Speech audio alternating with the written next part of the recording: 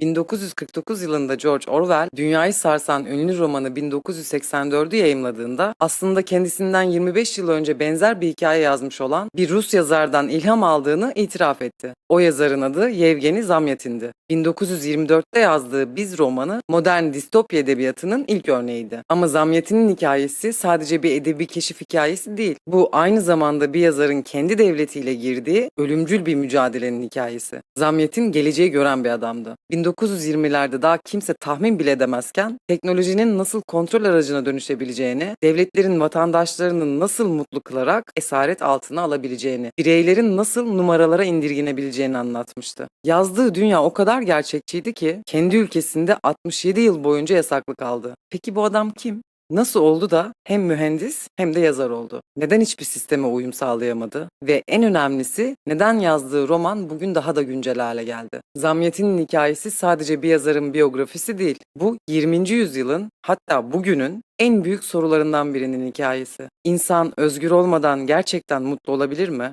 Hadi başlayalım.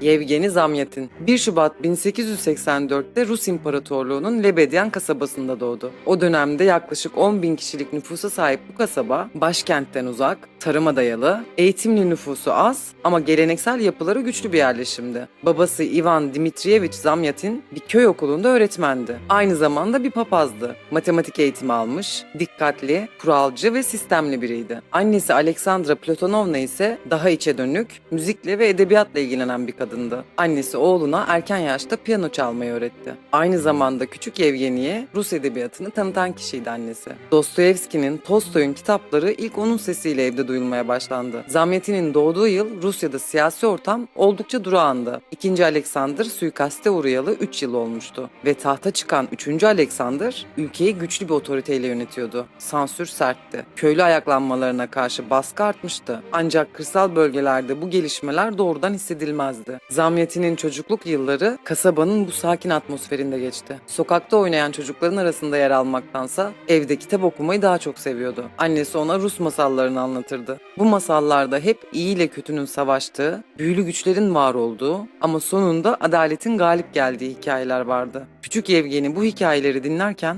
"Peki ya adalet galip gelmezse?" diye sorardı. Annesi bu soruya yanıt veremezdi. Zamyatin ilkokul eğitimini kasabasında tamamladı. Bu dönemde disiplinli ama meraklı bir öğrenci olarak tanındı. Öğretmenleri onun özellikle soyut düşünceye yatkınlığını fark etti. Sınıf içinde çok konuşan biri değildi. Ancak yazılı ödevlerinde kendine özgü bir anlatım biçimi vardı. 1896'da henüz 12 yaşındayken Tambov'daki klasik liseye gönderildi. Bu karar ailede tartışmalara neden oldu. Babası oğlunun evden uzaklaşmasını istemiyor, kasaba okulunda eğitimini sürdürmesini tercih ediyordu. Ancak öğretmenler Zamyatin'in kapasitesinin üst düzey eğitim gerektirdiğini söyledi. Sonunda annesi devreye girdi ve oğlunun Tambov'a gitmesini sağladı. Tambov'daki lise Zamyatin için yeni bir dünyanın açılması anlamına geldi. Burada aldığı eğitim Çarlık sisteminin standartlarına uygun bir yapıdaydı. Latince, eski Yunanca, din dersleri, matematik ve edebiyat. Lisenin kitaplığı kasabasına göre çok daha zengindi. Zamyatin yalnızca Rus yazarları değil, batılı düşünürleri de okumaya başladı. Jules Verne, Herbert George Wells, Edgar Allan Poe gibi isimlerin kitapları Rusça'ya çevrilmişti. Bu yazarların bilim ve toplum üzerine kurduğu kurgular onun düşünce dünyasında kalıcı izler bıraktı. Özellikle Wells'in Zaman Makinesi ve Doktor Moreau'nun Adası gibi eserleri Zamyatin'i büyüledi. Bu kitaplarda bilimin kontrolsüz gücü, toplumların dönüştürülmesi ve bireylerin bu süreçteki çaresizliği anlatılıyordu. Zamyatin bu kitapları okurken geleceğin korkutucu olabileceğini düşünmeye başladı. Eğer bilim ve iktidar birleşirse insanlık ne hale gelir? Bu sorular onun zihninde ilk kez o yıllarda belirginleşti. Tambov'daki lise yıllarında Zamyatin'in dünya görüşü daha net biçimde şekillenmeye başladı. Özellikle dönemin otoriter eğitim sistemi itaatkar öğrenci modelini teşvik ediyordu. Sınıfta "evet efendim" denilmesi, öğretmenin sözünün sorgulanmaması, dış görünümden davranışa kadar her şeyin kurallara uyması bekleniyordu. Zamyatin ise çoğu zaman derslerde öğretmenin söylediklerini sorgulayan sorular soruyordu. Bazen disiplin cezası alıyordu. Bir keresinde din dersinde "Tanrı her şeyi görüyorsa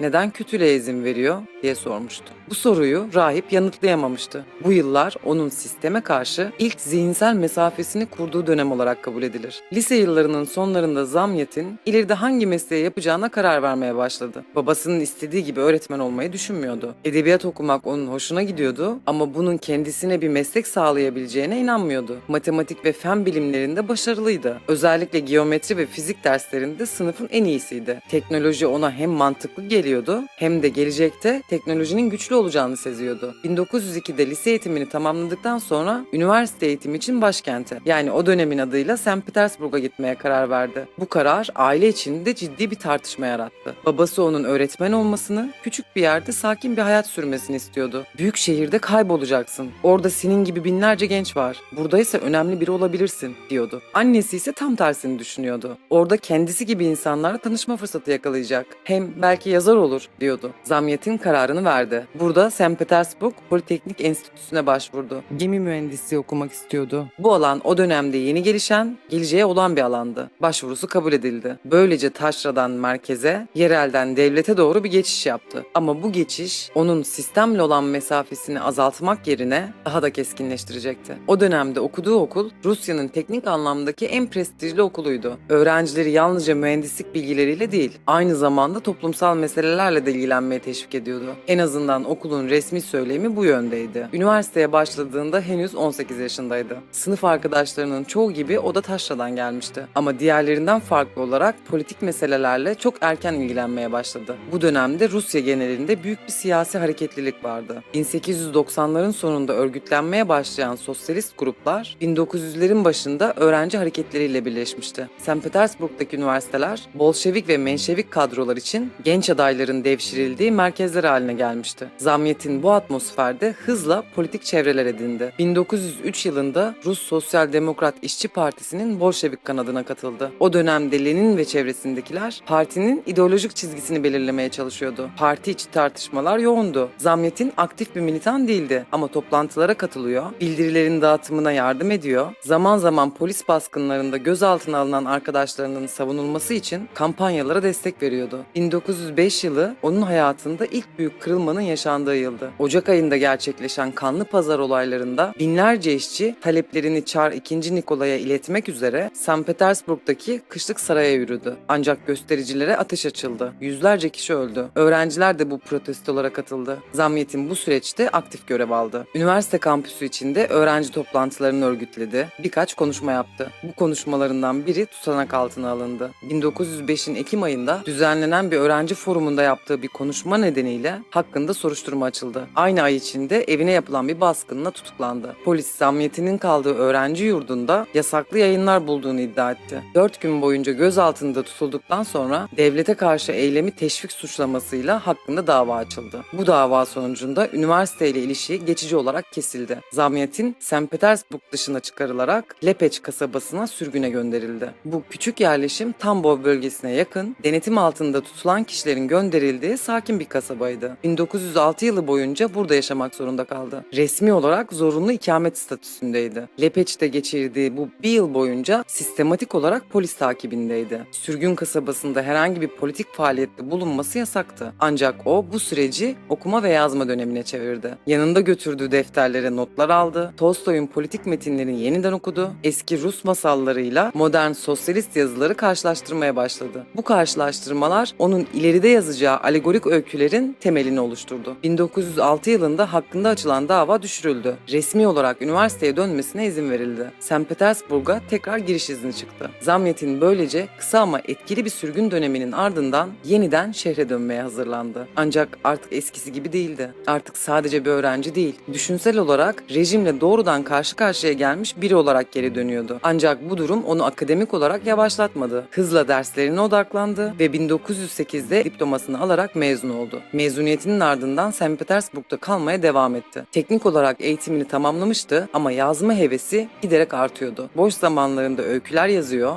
bunları dönemin edebiyat dergilerine göndermeye çalışıyordu. Aynı yıllarda Çarlık Rusyası sanayileşmeye hız vermişti. Donanma, demir yolları ve enerji alanlarında büyük yatırımlar yapılıyordu. Zamyat'in 1908'de mezuniyetinden sonra Baltık Tersanesi'nde çalışmaya başladı. Bu tersane Rus donanması için savaş gemileri ve özellikle buharlı buz kırıcılar üreten bir mühendislik merkeziydi. O burada yalnızca teknik çizimlerle değil, aynı zamanda sahada gemi inşasıyla da ilgilenmeye başladı. 1911 yılında Rusya Denizcilik Bakanlığı'nın görevlendirmesiyle Arktik bölgesine gönderildi. Bu görev onun hayatında önemli bir dönüm noktasıydı. Kuzey Kutbu'na yakın sularda çalışan buz kırıcı gemiler üzerinde mühendislik denetimi yapacaktı. Bu seyahat Zamyatin'e yalnızca bir mühendislik deneyimi değil, aynı zamanda gözlem yapma fırsatı sundu. Uzun süren yolculuklar, karla kaplı limanlar, makine dairelerinin içindeki tek düze ses, onun zihninde sistemli ama duygusuz bir dünyanın görselini oluşturdu. Buz kırıcılar Zamyatin'in düşünsel evreninde önemli bir yere oturdu. Bu gemiler donmuş sularda ilerleyebilen, önlerindeki engeli kırarak yol açan yapılardı. Zamyatin bu teknolojiyi sadece mühendislik harikası olarak değil, aynı zamanda bir simge olarak gördü. Engelleri parçalayarak ilerleyen ama arkada soğuk bir iz bırakan sistemler. Bu görevler sırasında yazmaya da devam etti. Aynı yıl içinde Ludmila Usova ile tanıştı. Ludmila Fransızca ve İngilizce bilen, St. Petersburg'un eğitimli kadınları arasında sayılan bağımsız düşünceli bir öğretmendi. Zamyatin'le benzer kitapları okuyor, benzer fikirlere sahipti. 1914 yılında evlendiler. Bu evlilik Zamyatin'in hayatında yalnızca bir özel ilişki değil, aynı zamanda entelektüel bir ortaklık anlamına geldi. Ludmila sonraki yıllarda onun en büyük destekçisi olacak, hem eserlerini saklayacak hem de yurt dışı bağlantılarında köprü kuracaktı. 1914 yılı aynı zamanda Rusya'nın 1. Dünya Savaşı'na girdiği yıl oldu. Savaş başladığında Zamyatin'in aktif görevi olmadı, askere çağrılmadı. Ancak donanma mühendisliği yaptığı için stratejik projelerde de çalışmaya devam etti. Özellikle buz kırıcıların seferleri için rota planlamaları, teknik raporlar ve bakım talimatları hazırladı. Bu yıllarda Zamyatin'in yazınsal üretimi arttı. Kısa öyküleri farklı dergilerde yayımlanmaya başladı. Konular genellikle kasaba yaşamı, bireyin toplumsal yapıya uyumu ve içsel çatışmalar üzerineydi. Henüz politik açıdan açık metinler kaleme almamıştı ama birey ve sistem arasındaki gerilimi işleyen hikayeleri dikkat çekmeye başlamıştı. Zamyatin için bu dönem iki çizginin kesiştiği yıllar oldu. Teknik mühendislik ve yazınsal üretim. Gündüzleri çizim masasında çalışan bir mühendis,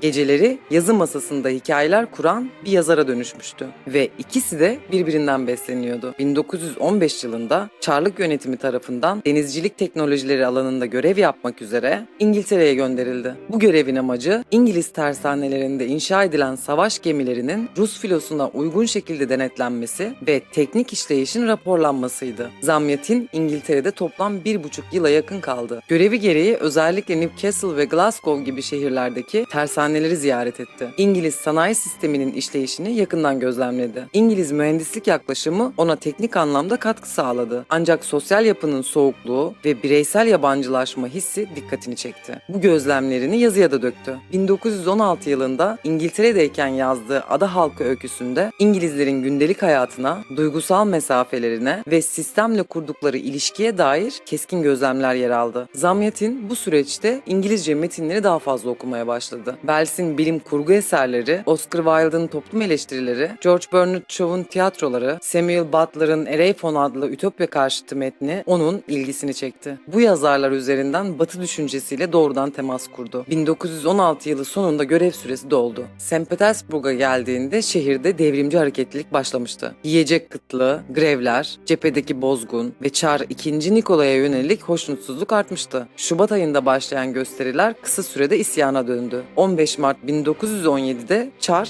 tahttan çekildi. Geçici hükümet kuruldu. Zamyatin bu süreçte herhangi bir siyasi partiye üye olmadı. Ancak çevresi tamamen entelektüel ve politik insanlardan oluşuyordu. Eski Bolşevik çevrelerden tanıdıkları yeni rejimin şekillenme sürecini dikkatle izliyorlardı. Kendisi devrimi başından beri destekleyen bir pozisyonda değildi. Ona göre bir rejimin yıkılması yeterli değildi. Yerine neyin konulacağı daha önemliydi. Bu dönemde yazdığı yazılarda devrim coşkusuna mesafeli bir tutum sergiledi. Zamyatin, Letopis ve Novi Journal gibi yayın organlarında yazılar kaleme aldı. Temaları yine birey ve otorite ilişkisi etrafında döndü. Ancak bu kez bireyin devrimin kendisine karşı da eleştirel bir pozisyonda durması gerektiğini savunuyordu. 1917'nin yaz aylarında devrimci hareketler içerisinde fikir ayrılıkları büyüdü. Bolşeviklerle Menşevikler arasındaki çatışmalar derinleşti. Zamyatin'in çevresindeki birçok kişi bu süreçte açıkça taraf oldu. Zamyatin ise taraf olmak yerine yazmayı sürdürdü. O yılın sonunda yazdığı denemelerden biri olan düşüncenin sıcaklığı, bireysel aklın kolektif heyecana karşı korunması gerektiğini savunuyordu. Bu yaklaşım nedeniyle bazı yayın çevrelerinde eleştirildi. Oysa Zamyatin'in hedefi devrimi küçümsemek değil, yeni bir otoritenin aynı hataları tekrar etmesine karşı uyarıda bulunmaktı. Bu yıllarda kişisel kişisel günlüklerine şu notu düştü: her rejim önce kelimeleri yönetmek ister. Kelimeler değişirse anlam da değişir. Ama bazı anlamlar yalnızca kelimeler özgürken var olabilir. 1917'lerin sonlarına doğru Bolşeviklerin iktidarı ele geçirmesiyle birlikte kültürel alan yeniden yapılandırıldı. Zamyatin bu değişimi endişeyle izliyordu. Eski sansür kaldırılmıştı ama yerini yeni bir denetim alıyordu. Sanatın parti çizgisine uygun olması bekleniyordu. Zamyatin için bu yeni bir mücadele alanıydı. Yazmak artık yalnızca düşünmek değil, yönlendirmeye karşı koymak anlamına da gelecekti. 1917 Ekim devriminin ardından Bolşevikler iktidarı tamamen ele geçirdi. 1918 başında Lenin liderliğindeki Sovyet hükümeti yalnızca siyasal yapıyı değil, kültürel alanı da kontrol altına almak için adımlar atmaya başladı. Basın, yayıncılık ve eğitim alanlarında devlet tekeli kuruldu. Yazarlar artık sadece eser üreticileri değil, aynı zamanda ideolojik çerçevenin aktarıcıları olarak görülüyordu. Zamyatin bu süreci baştan itibaren eleştirel bir gözle izledi. 1918 yılında kurulan Proleter Yazarlar Derneği kısa sürede tüm edebiyat yayınları ve yayın politikalarını denetlemeye başladı. Amaç sanatın proletarya diktatörlüğünün hedeflerine hizmet etmesiydi. Sanat halk için olmalı sloganı aslında devletin onayladığı temaların dışındaki tüm ifade biçimlerini dışlayacak bir çerçeveye dönüştü. Yazarlar Derneği'nin kurduğu sistem şöyle işliyordu: yazarlar derneğe üye olmak zorundaydı. Yazdıkları metinler komisyonlar tarafından inceleniyordu. Proleter ruhuna uygun bulunmayan metinler yayımlanamıyordu. Yazarların kendi yaşam hikayeleri bile ideolojik açıdan değerlendiriliyordu. İşçi kökenli olmak artı puan, burjuva geçmişe sahip olmak eksi puandı. Zamyatin Yazarlar Derneği çevresine hiçbir zaman katılmadı. Hatta bu kuruma karşı açıkça muhalif tutum aldı. Onun için sanat doğrudan propagandaya indirgenemezdi. Sanatın bireysel düşünme, sorgulama ve sistem dışına çıkabilme işlevi olmalıydı. Bu nedenle 1918 ve 1920 yılları arasında kaleme aldığı yazılar ve kısa öyküler sık sık yayın evleri ve dergiler tarafından reddedildi. 1919 başında yazdığı Mağara adlı öyküsü bu reddedilme sürecinin ilk örneğiydi. Hikaye devrim sonrası St. Petersburg'da yaşayan bir ailenin kış şartlarında verdiği yaşam mücadelesini anlatıyordu. Şehirde yakıt yoktu, yiyecek bulunamıyordu. İnsanlar donmuş evlerde mağara insanı gibi yaşıyordu. Hikayenin kahramanı Martin Martiniç eski bir öğretmendi. Eşi hasta, kendisi çaresizdi. Yaşamak için başkalarından odun çalmayı düşünüyordu. Öykü çok güçlü bir dille yazılmıştı ama hiçbir dergi yayımlamak istemedi. Gerekçe hep aynıydı: devrim sonrası dönemin karanlık yanlarını öne çıkarıyor. Halkın moralini bozuyor. Burjuva bakış açısını yansıtıyor. Bu baskıya rağmen Zamyatin yazmaya devam etti. 1919 yılında bir roman fikri üzerinde çalışmaya başladı. Bu roman, bireyin devlet tarafından mutlak şekilde denetlendiği, özgür iradenin bilimsel gerekçelerle yok edildiği bir gelecekte geçecekti. Bu çalışma dünyaca ünlü Biz eseriydi. Bu roman fikri ona nasıl gelmişti? Bu soruyu daha sonra bir mektubunda şöyle yanıtladı: 1919'da St. Petersburg'da yaşamak, geleceği görmek gibiydi. Her şey kartlarla, izinlerle, sıralarla düzenleniyordu. Kimlik numaraları vardı. Herkesin nerede çalıştığı, ne yediği, nerede yaşadığı kayıt altındaydı. Bu sistem daha da gelişirse nasıl olur diye düşündüm. İşte Biz böyle doğdu. Zamyatin Biz üzerinde yaklaşık 2 yıl çalıştı. Yazma süreci hiç kolay olmadı. Çünkü yaşadığı şartlarda yazma imkanı çok sınırlıydı. Evi soğuktu, kağıt bulması zordu. Mum ışığında yazıyordu. Bazen günlerce hiçbir şey yazamıyordu.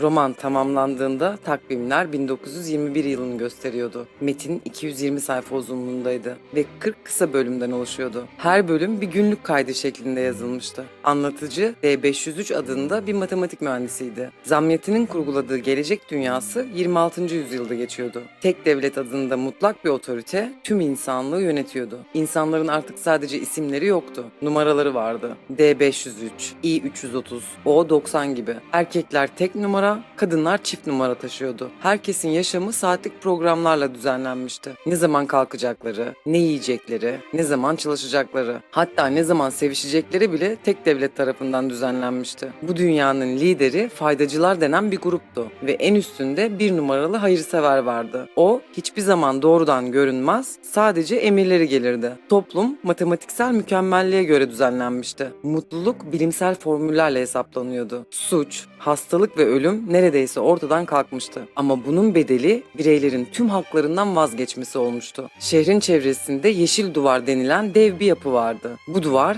tek devletin sınırlarını belirliyordu. Duvarın dışında vahşi doğa, duvarın içinde ise mükemmel düzen vardı. vardı. İnsanların çoğu duvarın dışında neler olduğunu merak etmezdi bile. Çünkü mükemmel düzen onlara yetiyordu. D503 bu düzenin sadık bir mensubuydu. Integral adında bir uzay gemisinin baş mühendisiydi. Bu gemi tek devletin düzenini diğer gezegenlere yaymak için inşa ediliyordu. D503 işini seviyordu. Sisteme inanıyordu. Günlük kayıtlarında sistemin ne kadar mükemmel olduğunu anlatıyordu. Ancak D503'ün hayatında iki önemli kişi vardı. Biri O90, onun sistem tarafından kaydedilmiş eşiydi. Yani tek devlet tarafından onunla cinsel ilişkiye girmesine izin verilen kadın. O90 sisteme uyumlu, sessiz, itaatkar biriydi. Diğeri ise I-330'du. I-330 gizemli, asi ve çekici bir kadındı. D503 onunla karşılaştıktan sonra iç dünyası karışmaya başladı. I-330 aslında Mefis adındaki gizli örgütün üyesiydi. Bu örgüt tek devleti yıkmaya çalışıyordu. I-330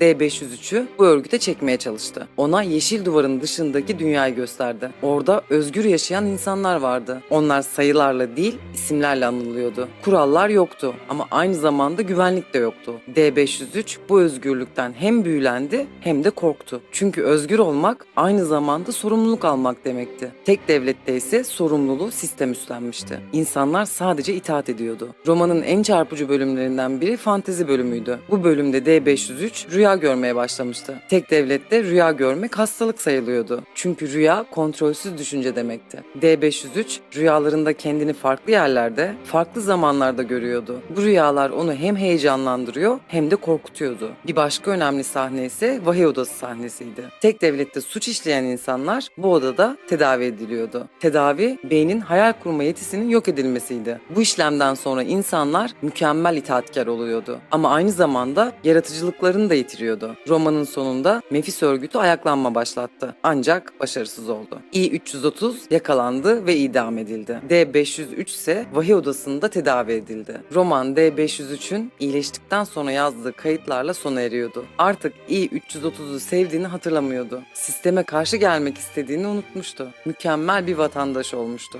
Peki Zamyatin bu romanla ne anlatmak istemişti? Öncelikle mükemmel düzen vaadinin aslında özgürlüğün sonu anlamına geldiğini göstermişti. İnsanlar güvenlik karşılığında haklarından vazgeçtiğinde sistem giderek güçleniyordu. Bir süre sonra sistem kendisine karşı çıkmayı da engelliyordu. İkinci olarak teknolojinin kontrolsüz kullanımının yaratabileceği tehditleri işlemişti. Tek devlette teknoloji insanlığın hizmetinde değil, kontrolünde kullanılıyordu. Bilim, mutluluk yaratmak yerine itaati sağlıyordu. Üçüncü olarak bireysellik ve toplumsal düzenin arasındaki dengeyi sorgulamıştı. D503'ün yaşadığı içsel çelişki her bireyin yaşayabileceği bir çelişkiydi. Özgür olmak mı, güvende olmak mı? Roman tamamlandığında dönemin Sovyet kültür politikasına doğrudan ters düşen unsurlar içerdiği açıktı. Romanda tüm bireylerin kimlik numarasıyla anıldığı, aşkın yasaklandığı, matematiksel gerçeklikle düzenlenmiş bir toplumsal sistem anlatılıyordu. 1921'de romanın yayın süreci başlatıldı. Zamyatin eseri Sovyet yayın evlerine sundu. Ancak roman devrim karşıtı olduğu gerekçesiyle reddedildi. Romanın sansür komisyonundan geçmesi mümkün değildi. Zamyatin bunu bekliyordu ama yine de hayal kırıklığına uğradı. Buna rağmen elle çoğaltılan kopyaları bazı yabancı editörlerin eline ulaştı. Zamyatin'in daha önce İngiltere'de bulunmuş olmasından dolayı onunla zaten temastaydılar. Romanın İngilizceye çevrilmesi 1922'de başladı. O dönem metnin çevirisini Zamyatin'in tanıdığı İngiliz çevirmen Gregory Zilburg yürüttü. 1924'te roman ilk kez İngilizce olarak Amerika'da basıldı. Sovyetler Birliği'nde ise durum farklıydı. Romanın yurt dışında yayımlanması Zamyatin'e yönelik tepkileri daha da arttırdı. Yazarlar Derneği'ne bağlı eleştirmenler onun eserini burjuva ideolojisinin uzantısı olarak niteledi. Pravda gibi gazetelerde hakkında sert yazılar yayınlandı. Kendi ülkesini yurt dışına şikayet eden bir hain olarak nitelendirildi. Bu saldırılar sonucunda Zamyatin üzerindeki sansür baskısı kalıcı hale geldi. 1922'den sonra yazdığı hiçbir eser Sovyet topraklarında yayınlanmadı. O dönemde yayın evleri onu sistem dışına çıkmış bir yazar olarak görüyordu. Yazdıkları dağıtım listelerinden çıkarıldı. Adı kataloglardan silindi. Zamyatin artık anlamıştı. Artık yazdığı her şey sadece yazıldığı için suç sayılabilirdi. Bu baskı ortamı onun daha da içe kapanmasına sebep oldu. Ancak yazmaktan vazgeçmedi. Günlükler tuttu. Fikir taslakları oluşturdu. Eski Rus mitolojisiyle geleceğe dair imgeleri birleştirdiği kısa taslaklar hazırladı. Ancak bunların çoğu yayımlanamadı. Zamyatin'in adı artık resmi yayınlarda anılmıyordu. Onun yerine sistemin onayladığı yazarlar destekleniyor. Proleter edebiyatı resmi çizgi olarak olarak dayatılıyordu. Zamyatin'in eşi Ludmila bu dönemde yazarın en büyük destekçisi olmaya devam etti. Gelir kaynakları neredeyse sıfırlanmıştı. Zamyatin bir süre mühendislik işlerine dönmeyi düşündü. Ancak politik geçmişi sebebiyle bu da mümkün olmadı. 1923-1924 arası tam anlamıyla bir geçim krizi dönemi olarak geçti. Yazılarının el altından okunduğunu biliyordu ama bu okuma onu hayatta tutmaya yetmiyordu. Bu sırada Sovyet kültür politikası da keskinleşmişti. Artık sanatçılar sadece sansürlenmiyor, yönlendiriliyordu. Maxim Gorki yeniden sahneye çıkarılmıştı. Stalin'in kültürel temsilcisi gibiydi artık. Gorki bir zamanlar Zamyatin'in idolüydü ama şimdi sistemin sözcüsüne dönüşmüştü. Bu da Zamyatin için kişisel bir kırılmaydı. Çünkü hayranlık beslediği biriydi ve şimdi adını anmak bile istemiyordu. 1927 yılına gelindiğinde Zamyatin 43 yaşındaydı. O dönemde Paris'teki bazı yayın evlerinden teklif geldi. Biz'in Fransızca'ya çevrilmesi isteniyordu. Zamyatin kabul etti ve roman 1929'da Paris'te basıldı. Bu Sovyet makamları için bardağı taşıran son damlaydı. Artık hakkında resmi bir yayın yasağı vardı. Hiçbir yazısı, hiçbir çevirisi, hiçbir sözü Sovyet topraklarında yayınlanmayacaktı. Bu süreçte Ludmila onun tek okuru oldu. Yazdıklarını ona okuyordu. O da bazen başını sallıyor, bazen bunu yayımlayamayacaksın diyordu. Bir karar verdi. Sovyetler de artık yaşamak istemiyordu. Çünkü yazamamakla yaşamamak onun için aynı anlama geliyordu. 1929'da 45 yaşındayken doğrudan Stalin'e bir mektup yazdı. Bu mektup çok cesur bir adımdı. İçeriği şöyleydi. Saygıdeğer yoldaşlar, 1922'den beri ülkemde hiçbir eserim yayınlanmıyor. Bunun nedeni yazdıklarımın parti çizgisine uygun bulunmaması.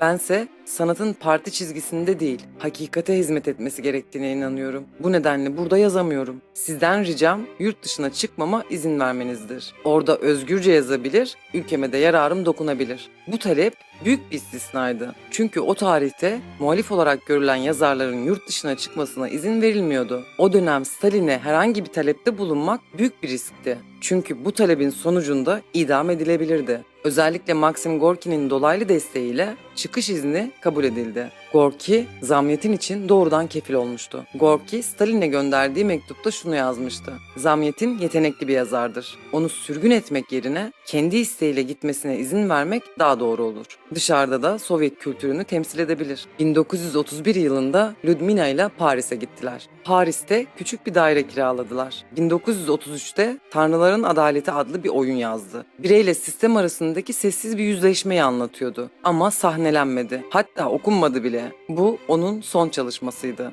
Sadece Ludmila okudu. 1935'ten sonra Zamyatin neredeyse hiç yazmadı. Sağlığı bozuldu. Zatürreye yakalandı. Parasızdı. İlaç alamıyordu. Fransız hükümeti ona sosyal yardım bağlamadı. Çünkü siyasi ilticacı statüsünde değildi. 1937 yılının Mart ayında evde yatağındayken ağırlaştı. Ludmila onun başındaydı. Günlerce onunla konuştu. Ölümüne hazırlanmaya başladı. Eşi Ludmila'ya vasiyetini söyledi. En önemli talebi yazılarının korunması ve mümkün olursa bir gün Rusya'da yayımlanmasıydı. Belki ben göremem ama sen görebilirsin dedi. 10 Mart 1937 günü öğle saatlerinde Paris'teki evinde hayatını kaybetti. Yanında sadece eşi vardı. Son sözleri şu olmuştu. Ludmila, benim yazdıklarımı sakla. Bir gün onlara ihtiyaç olacak. Ölüm nedeni resmiyette kalp yetmezliği olarak kayda geçti. Cenazesi Paris'te defnedildi. Sadece birkaç yakın dostu ve eşi vardı. Ölümünden sonra adı uzun yıllar boyunca Sovyetlerde yasaklı kaldı. Stalin döneminde onun kitaplarına sahip olmak bile suç sayılıyordu. Biz romanı yer altında el altından dolaşıyordu. Ancak onun fikirleri hiçbir zaman tamamen kaybolmadı.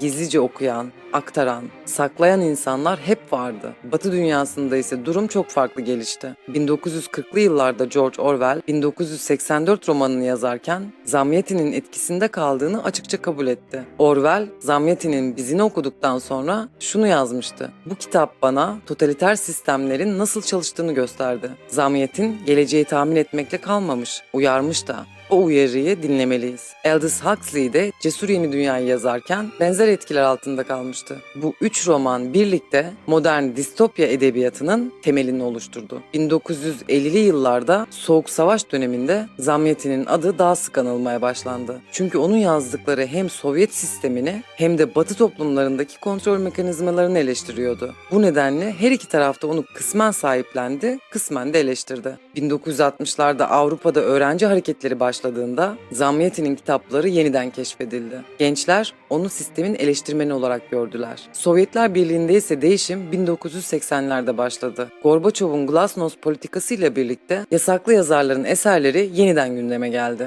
1988 yılında Biz romanı ilk kez Sovyet topraklarında resmen yayınlandı. Bu 67 yıl gecikmiş bir yayındı. Romanın Rusya'da ilk yayınlanışı büyük olay oldu. Kitap günler içinde tükendi. İnsanlar saatler boyunca kuyrukta beklediler. Okurlar romana büyük ilgi gösterdi. Birçok kişi için de şok etkisi yarattı. Çünkü Zamyatin'in tasvir ettiği dünya yaşadıkları sistemle çok benzerlik gösteriyordu. 1990'lı yıllarla birlikte Zamyatin artık resmen geri dönmüştü. Moskova ve St. Petersburg'da birçok sokağa onun adı verildi. Üniversitelerde kitaplar okunmaya başlandı. Biyografileri, belgeselleri, akademik yayınları, Rus edebiyat tarihçileri onu 20. yüzyılın en önemli Rus yazarlarından biri olarak tanımladılar. Özellikle distopya türünün öncüsü olarak kabul ettiler. Ama onun katkısı sadece distopya ile sınırlı değildi. Aynı zamanda sanatçının bağımsızlığını savunan, sisteme eleştirel yaklaşan bir düşünürdü. Günümüzde Zamyatin'in yazdıkları eskisinden de anlamlı hale geldi. Çünkü teknolojik gelişmeler onun öngördüğü birçok durumu gerçekleştirdi. Dijital gözetim, yapay zeka, sosyal medya algoritmaları, bunların hepsi Zamyatin'in uyardığı kontrol mekanizmalarına benziyor.